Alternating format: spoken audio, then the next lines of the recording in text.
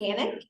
So Chris is helping us, and we have all our CASAs up here. So they have seen kind of the how the case started and how it's going kind of things.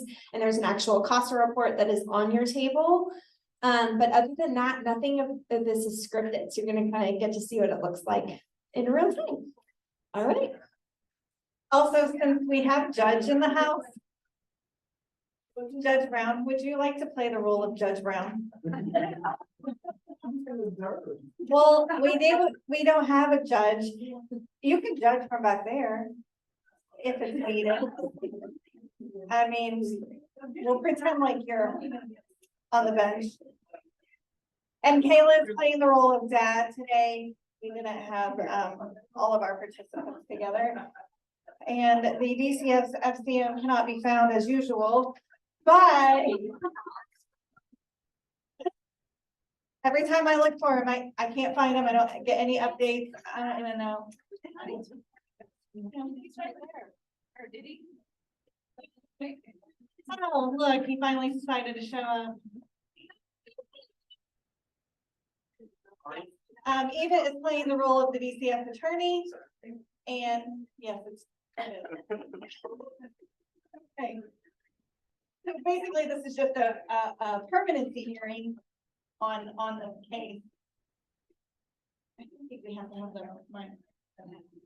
Speak loudly. Speak loud. You know you can start. Mr. Tomczyk, you've been previously submitted. Have anything to add to this case? No, I don't. Oh, I don't know if they have a report. Okay, so. We're not taking judicial notice of the report today. You're summarizing your report. So, during. We would never do that anymore. So during this review period, mom has not been involved in the case at all. I've made attempts to locate her and I've been unable to locate her at this time. Dad, Lloyd, has done pretty well. He's come a long way, attending most of his visits. Has only missed roughly 12 visits due to family emergencies or due to work scheduling with a change in job. Dad is completing drug screens. They are only coming back at this time for low amounts of THC. Dad is participating in all services, communicating with DCF and doing a phenomenal job and keeping me updated on what's going on and how to move forward in the case. The judge would likely ask Mr. Herder if he has any questions for FCM. Thank you, Your Honor. Just a good afternoon, Mr. Tomczyk. So in the history of the matter, you say Lloyd has been very compliant with the services and DCS requests over the past 6 months. Correct? Yes. And so he's been on track for the past 6 months. Yes. The only concern is low levels of THC. At this time, yes. So no other concerns. No other concerns that would hinder the case moving forward at this time. And the current plan is reunification. Yes, and I would like to add that we're also planning on starting a trial home visit in the coming weeks. Thank you very much. I don't have any further. And he would likely ask CASA if they have any questions for the FCM, which she has a couple. You said that he is testing for low levels of THC. When you categorize that as low levels, what does that mean? They are right over the cutoff limit. So they are just over being undetected by even drug screens due to the very low amounts. And how often are you screening Mr. Smith? Twice a day, 7 days a week. You go twice.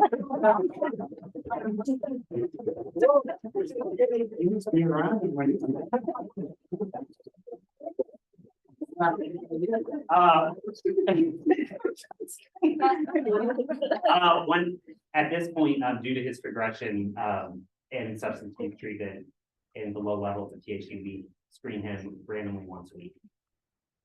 So how many screens have you completed in the last 6 months? 1 a week. How many? Let's say 30. So Mr. Smith has missed 12 visits in this review period. How many visits has he attended? Well, he has overnight, so if we're considering that one visit or 3 days worth of visits. Well, if he doesn't complete his entire visit, then he's missing 12 visits. So he missed a couple throughout the week because he does get visits on Tuesday. And that was due to a family emergency. And then he's missed 2 weekends of overnight due to those family emergencies that happened to this. Another question. So then he will, what, have you call your client or have CASA give it? You go. For emergency hearing, I wouldn't typically call my client unless they wanted to address something. I say, hey, Josh, thank you for complaining, appreciate all the services, or try to clarify some things that, like I needed a gas card and I wasn't able to get one, and that testimony can come out. So if testimony that is important or helpful to my clients, so we want to put on the record, but none of the witnesses that are called know about it, and through no fault of their own, they might not have been communicated. Our clients are not awesome all the time about staying in touch, but they might still have valid reasons. I mean, they also get their phones cut off, and we are appointed because they're indigent, and people get their phones cut off.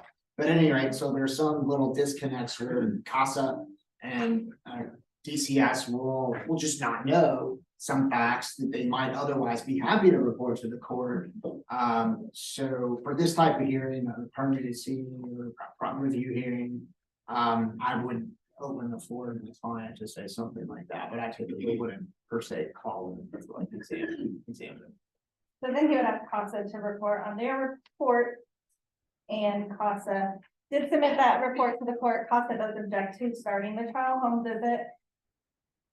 CASA feels like if Mr. Smith cannot fulfill all of his visitations he has currently scheduled, how is he going to be able to maintain his child full time? CASA also has concerns that the client continues to test positive even for THC and be the sole caregiver of the child. So CASA at this time objects and requests that the client continue his services for substance abuse. So then after saying that, the judge would also ask DCS if they have any questions for CASA.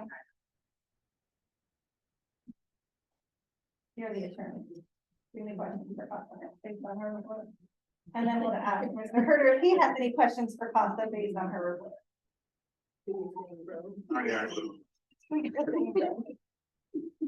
Thank you, Your Honor, and good afternoon, Ms. Roberts. There were 2 reports that I received. Recognize this one. Was everybody have this? Yes. The date up here at the top, that's today's hearing date, right? March 4th, 2023. Sure. Okay, and you signed it. Well, you prepared it. I did. This report, okay. This other report, you recognize this? That looks like the summary of the dispositional, yeah, Summary of the dispositional. Did you have an opportunity to read this? I did. Okay, did you prepare it? No, that was prepared by DCS. Okay.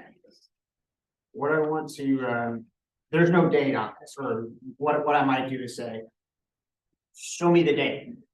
And then I'm gonna watch you squirm like you can't find the date. You're not gonna look at me for me. Yeah. I'm not gonna say, DCS prepared this, not CASA. Exactly, and that's how you would respond, say, look, she didn't prepare it, so how can she answer the question?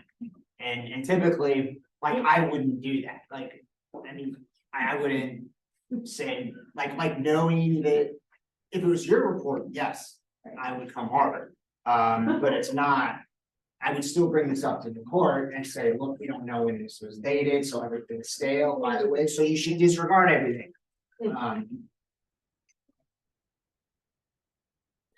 Okay, so that was sort of like the aside. You were appointed on this case March 10th, 2022, weren't you? Yeah.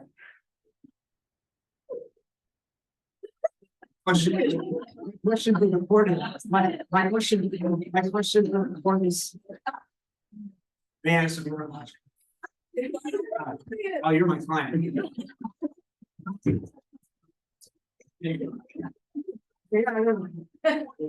It's high right now, low levels. You're the least.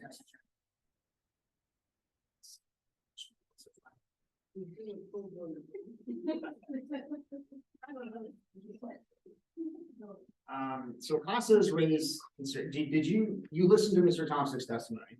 You were here. aren't you? Okay, did you actually read his report? I did. You did. And. Did she ask, they're not asking you to restrict visits, are they? No. CASA is though, aren't they? Yes. Okay. I don't know why. And now let me point out in your own report, let me make sure you, current status. This one, the one that you didn't prepare, but you are familiar with it, you read it, correct? Correct. He has completed inpatient rehab at Sunrise and has maintained a mostly clean drug screen with the exception of THC. Did I read that accurately? You read mostly clean, yes. Okay. And on the Fridays when he is with Lloyd and it's Lloyd's responsibility to get Warren to school, there have been 0 absences or tardy reported. This is CASA's report.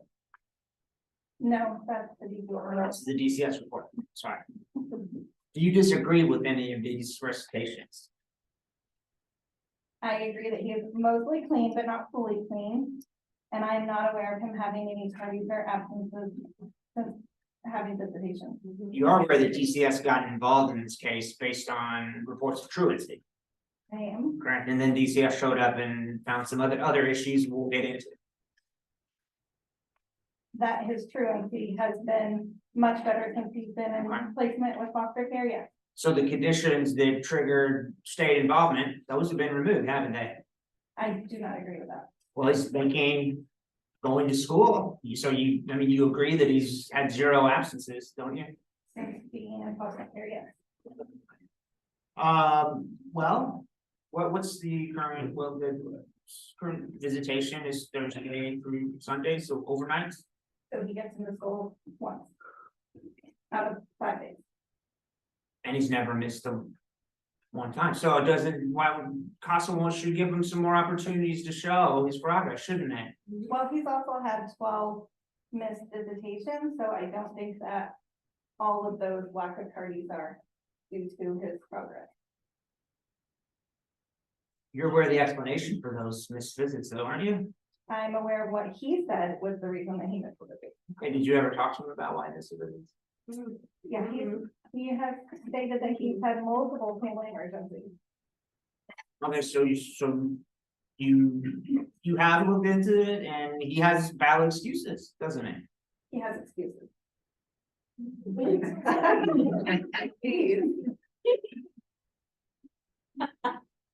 I think illegal. Won't see her. Catering downstairs. And so there's a family emergency and a change in his work schedule. Those are valid reasons, aren't they? That's what he said. Yeah. That's what he said.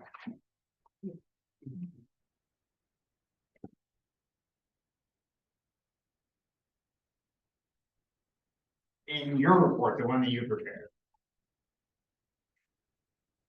This one? Yeah.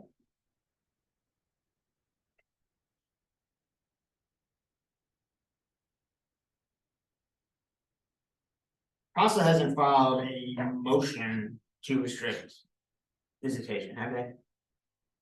Not at this time. Okay, so it's because you really don't have any reason to, do you? I would file a motion if DCS is not supporting changing the level of supervision. Well, DCS doesn't have a reason to do that either, do they? I believe they do have a reason.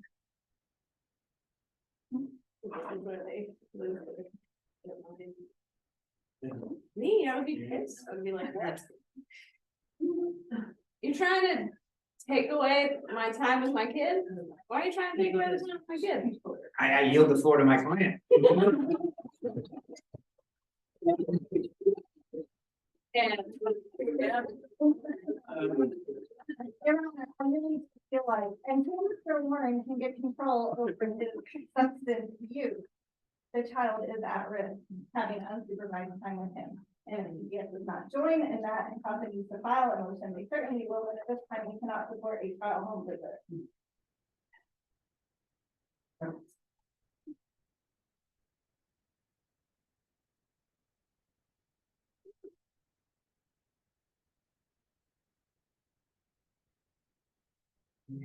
The, in your report, it doesn't cite any of the dates of the drug screens. It should in the BCS report. The date should be in the BCS report. Of the drug screen. I didn't hear any testimony about it. Can you tell me what those are though? Based on your own knowledge? Other than positive, no. So,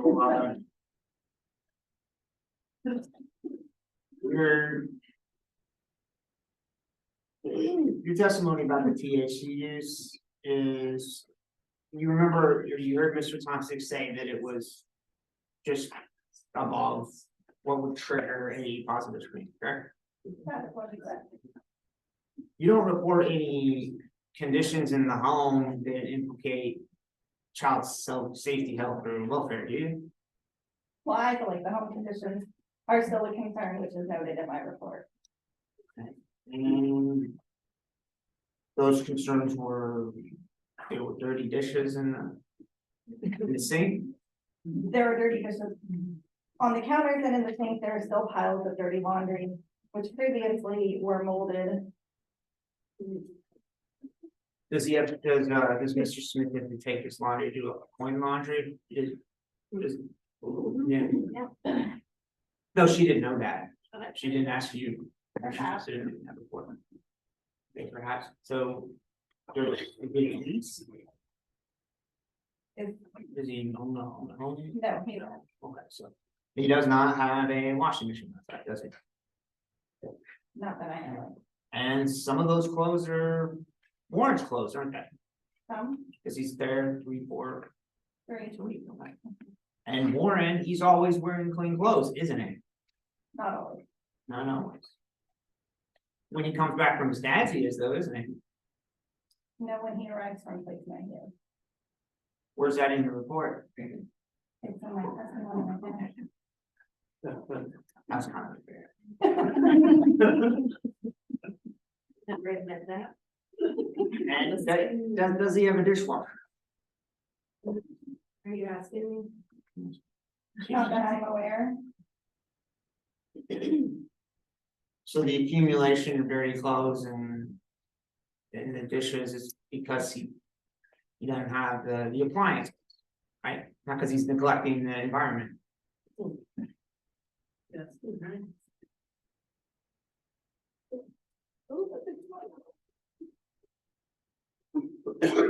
What I did, it's scribbling.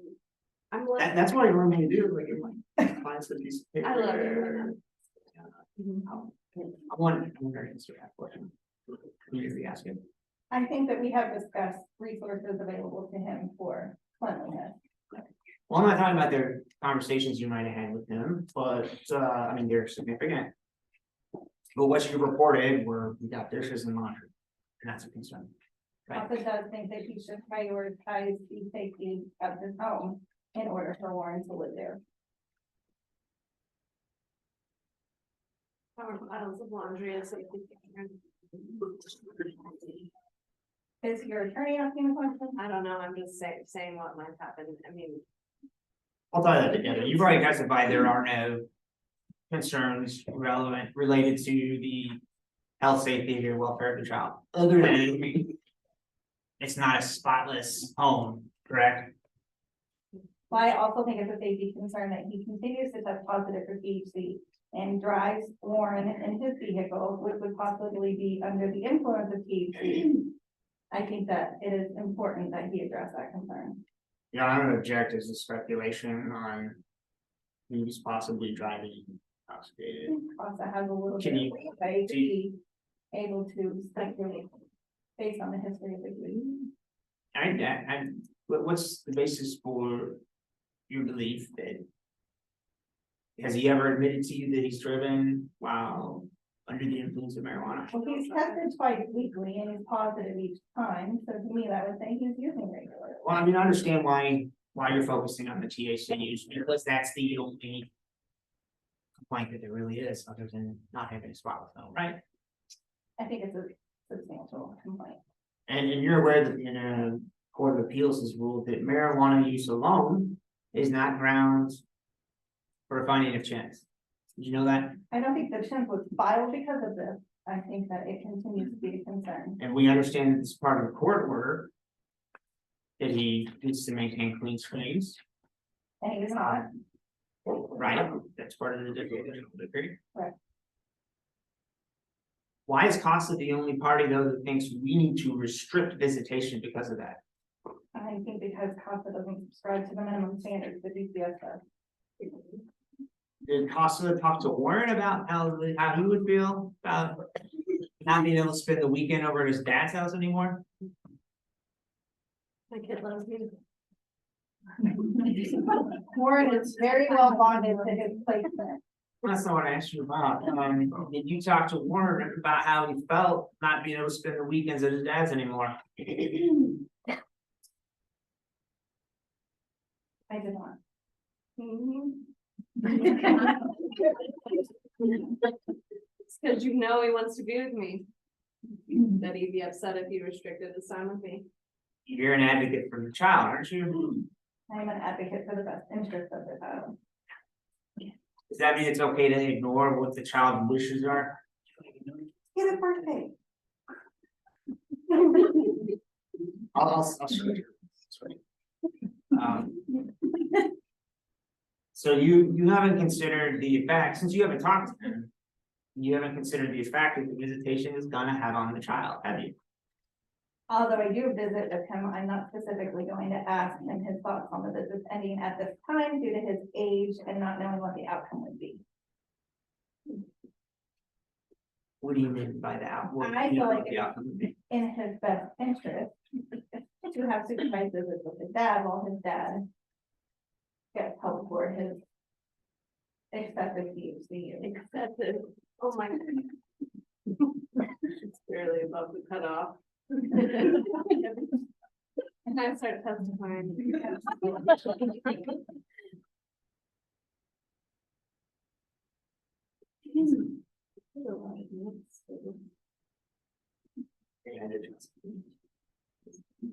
Um.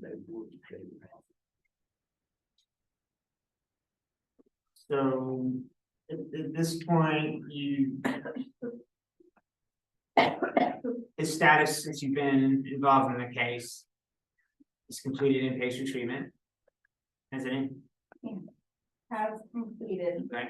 inpatient treatment. Child hasn't missed any school since he's been in his dad's care. It's been his dad's responsibility Except for his dad has mixed all with valid reasons. I know that's something that's easy to forget from where you're sitting. With reason. Valid reasons he had. With reason. Was something.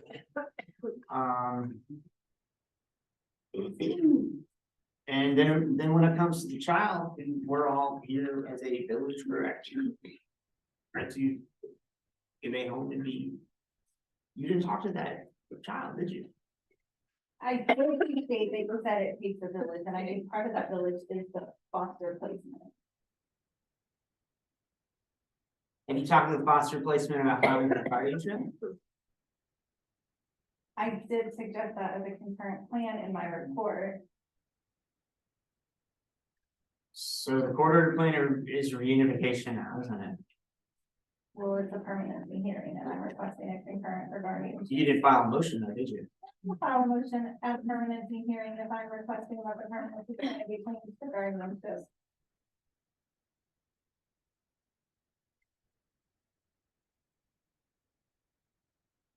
DCS supports reunification, At the moment. but you're having conversations with placement about finding a guardianship. It was a conversation that we had, yes. Thank you. Any further questions? So I think now we would let. The judge would typically rule on this. Well, there's not enough closing remarks. So if I were DCS and so, yeah, judge would, at this point, and he can correct me if I'm wrong, say, okay, DCS closing remarks. I feel like I've been there enough to know at this point. And my argument, so I'm gonna take the role from my wonderful attorney for a second. And this is what I would do, so I'm gonna play the opposite side and work absolutely against Courtney. So I'd say, Judge, you heard statements from DCS and from CASA. DCS feels that the father, Lloyd, has made significant progress. There are no longer safety concerns in the home. The child is 6 years old. The child wishes to be with his father. They spend a lot of time together. They do really well together and they have a great bond. Child has been removed for 1 year at this time, is on overnights, and we're trying to start a trial home visit to achieve permanency and stability for Warren. CASA's concerns of potentially not getting the child to school each day currently can't be remedied unless we put Warren in the home more to see if that's even still a concern. But at this time, we know that when Warren is with Lloyd, he gets to school each day. With the low levels of THC, we can't, these drug screens aren't coming back when Lloyd is in a caregiver role. They are low trace amounts of levels, and DCS is working with Lloyd's fatherhood engagement worker and therapist to address these concerns moving forward. We feel that all of these safety concerns that may or may not still be present can be solved and worked on through a trial home visit, while hopefully reaching a successful end to this case and finding permanency and stability for this child. DCS would also ask the court to reject CASA's motion to suspend visits and reject the motion to grant a concurrent guardianship. Which CASA's closing remarks would be that CASA is not asking for visits to be suspended. CASA is just asking for an added level of safety because there is not a sober caregiver in the home to provide care for Warren and to keep him safe when Lloyd, who completed inpatient but continues to have a substance use disorder, cannot provide that care. CASA feels like it is too soon to move to a trial home visit and would like to see some monitoring of those visitations to add that level of safety for Warren. I think that Lloyd has made a great amount of progress. We're just not quite there yet. We agree with DCS that should stay on track for reunification, and the testimony shows that this low level amount of THC is the only aspect of the dispositional decree that's holding this thing from getting closed out, and we all know that in and of itself is not sufficient enough to involve the state at all as an initial condition. So we think that it's asking too much without any basis to curtail these visits, especially when CASA really has no basis even to say what is in the child's best interest, because they have ignored looking into that. And certainly we don't think it's appropriate to be not talking to the child and then talking to the placement about guardianship. So we think that to the extent that CASA has made a motion, that should be denied. So that is pretty typical organic of what our. Are you? I think that we could allow judge to give a ruling, but I also wanted to just pause and let you all know that the reason that we picked this topic is on purpose. It is an important topic for you all to think about, and I would like you to all just kind of think about, minus some of the humor, what would your opinion be if those were the circumstances? Dad clearly started with a heavy methamphetamine use. there were weapons left out in his home on the coffee table. They were not secured.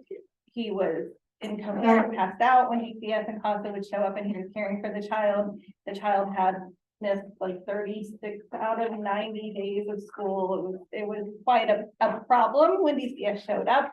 A year later, that is only testing positive for THC. CASA reported that the weapons are now locked up and out of the child's reach. He does have the responsibility of getting his child to school at least once a day, and he is doing that, but he is still positive for THC. The home's not super clean, but probably does meet minimum standards. And the child loves his dad and loves to spend time with his dad, but has no idea the safety risk of being driven by someone who's under the influence of THC. So I would like you to all think just kind of where your mind would go with that, because we did want to open up what the public defender's position would be on that. At some point, CASA is going to have to somewhat have a thought on it, on how we want to, because THC is not really an issue for Floyd County DCS anymore anyway. And I just kind of wanted to get you all thinking about what your thoughts are on that. Judge, you can rule or you cannot rule, or you can give us the court thoughts on THC. So I was sidebarring with your counsel to begin with, so what was the premise for this hearing? Was it? It's a permanency hearing. Permanency hearing? Pregnancy, and we were going to try to start a trial home visit in the coming weeks, and CASA is kind of against that, primarily due to the low levels of THC. Mr. Smith, please. Heard kind of articulated, Court of Appeals has taken a certain view of THC. I'm a former prosecutor, and what I probably will intend to start reminding people of is that operating with a metabolite in your blood is, it's a crime. It's operating while intoxicated. Operating with a metabolite in your blood with a child in the car is a felony. So that's kind of where I come back on that a little bit. Realistically, you're going from continuous methamphetamine use, and now you're down to what is for them probably a minimal use for what they feel they need. I don't agree with it. Marijuana is illegal, and the Indiana Senate kicked down a bill. You look at legalizing it, it's going to remain illegal for a long time.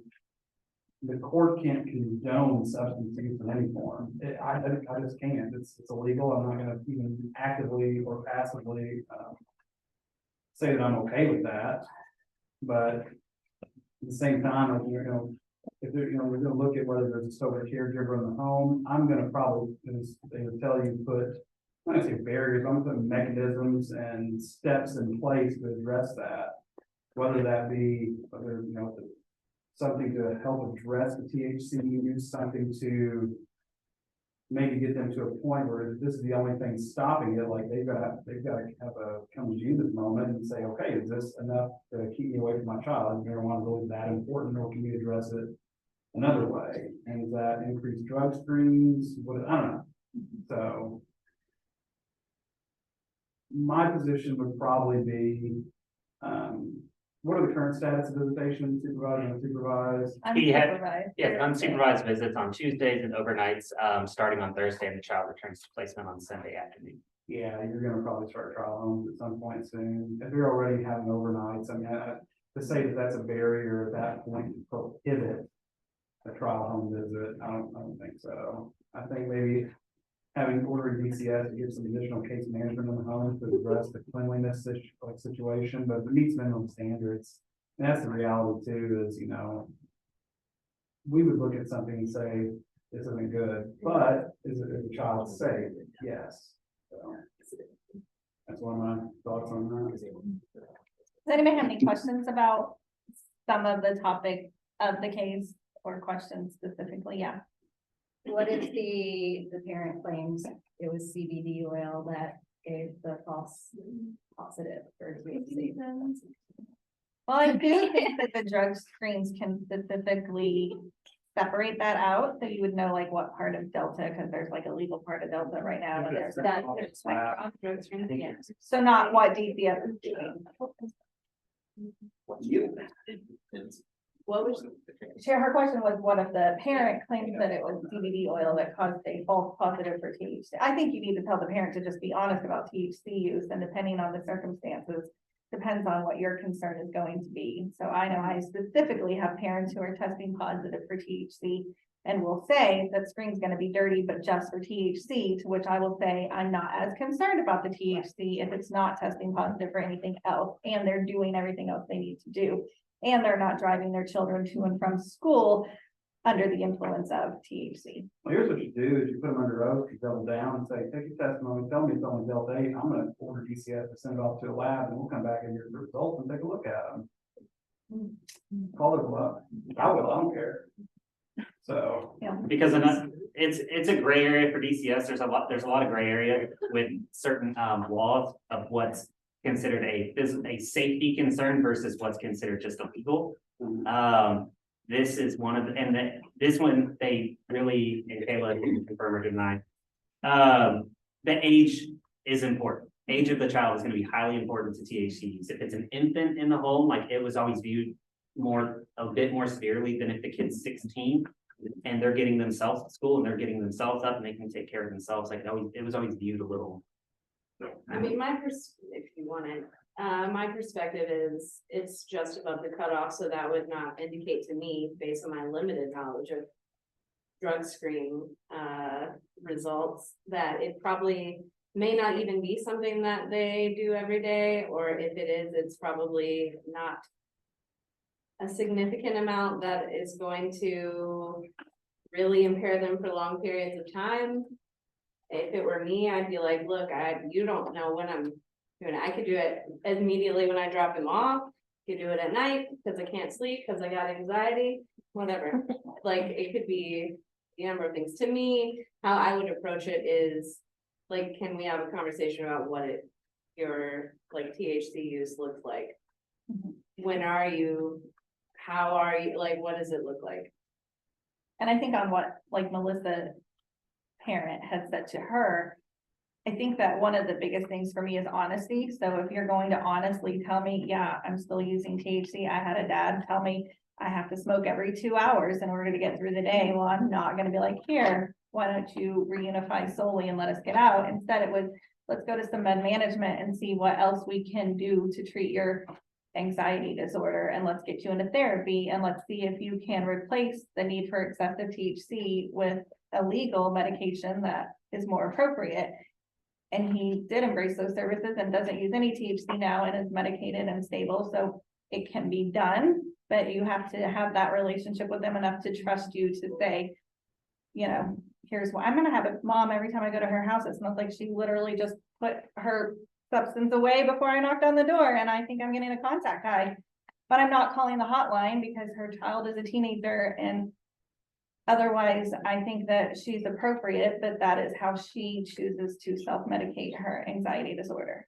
I do also have to explain to her child that she can't self-medicate that way because she's a child, and that's a whole other thing. So it's like case specific. I think it's very case specific.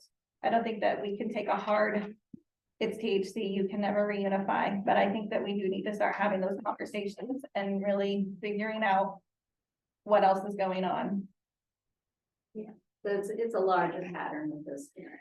It's an excuse for everything, no accountability, and if there was more honesty. Yeah. Can I address just one? Yeah, It's like a please. technical aspect. Full spectrum hemp oil. It's legal as of 2018, in the United federal law, the Farm Bill, and it's legal in Kentucky and Indiana. Full spectrum can legally have up to 0.3% of THC. And that includes Delta 8, Delta 9, whatever's in.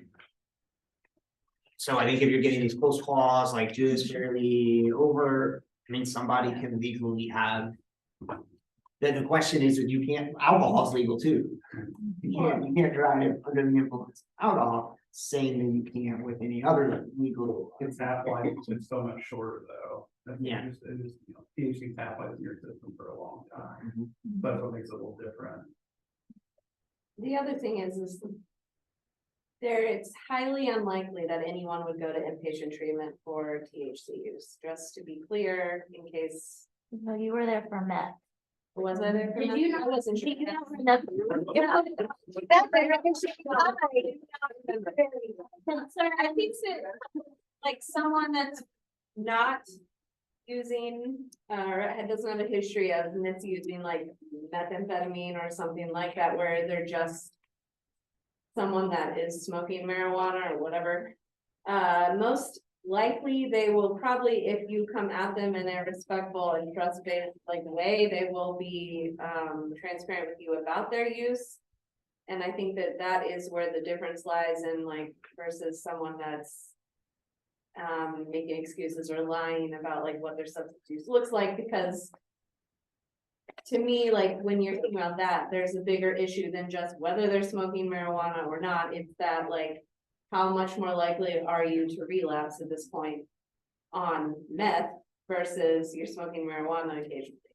If that makes sense. It does, but then there's also, if you have knowledge of cannabis overuse syndrome, which is when you use an excessive amount, when you're smoking hourly or bi-hourly, all day, every day, it does over the years break down your ability to appropriately respond to stimuli. So you might become overly anxious, whereas you think that it is taking away your anxiety, it's not. And then when you get angry or something pushes you, you overreact to that. So you might lash out, you might be extremely volatile, you might be short-tempered. And when you see that over and over again, and you know the person is using an excessive amount of THC, it is possible to just look into having a clinician talk to them and see if they are having basically like the THC that they used to use, so it would calm them down and strip their ability to respond appropriately.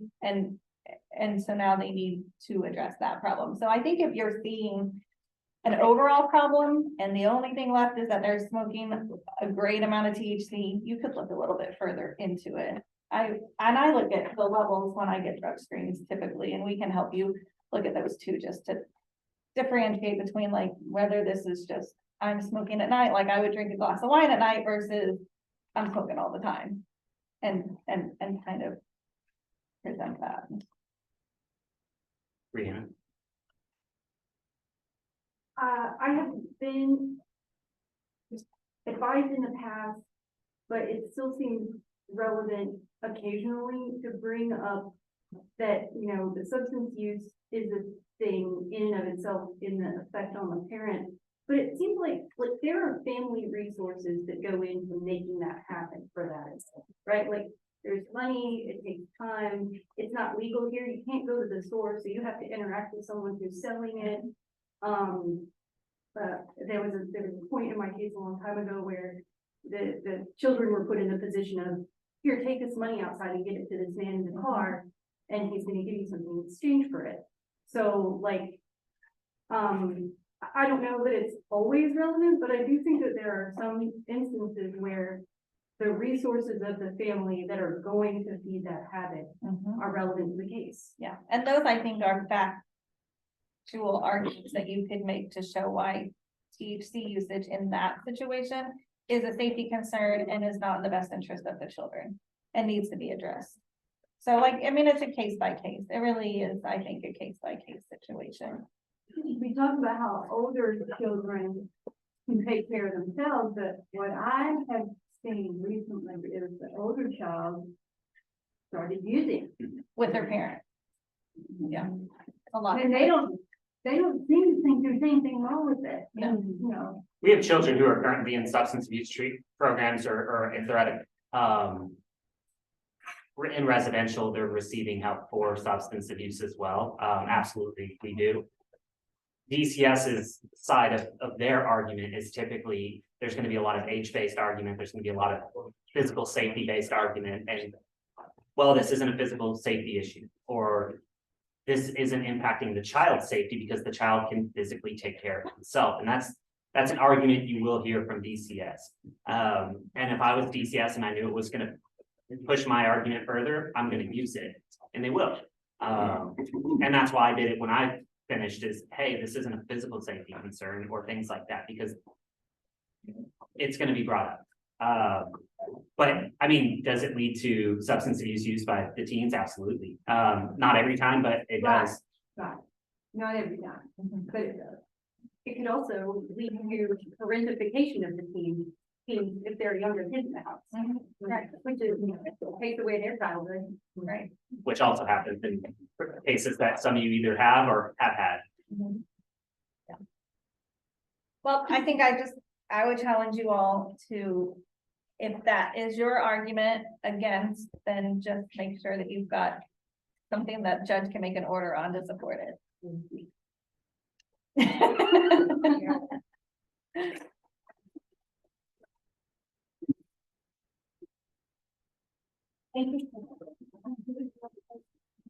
Yeah, I can wrap up with a few things.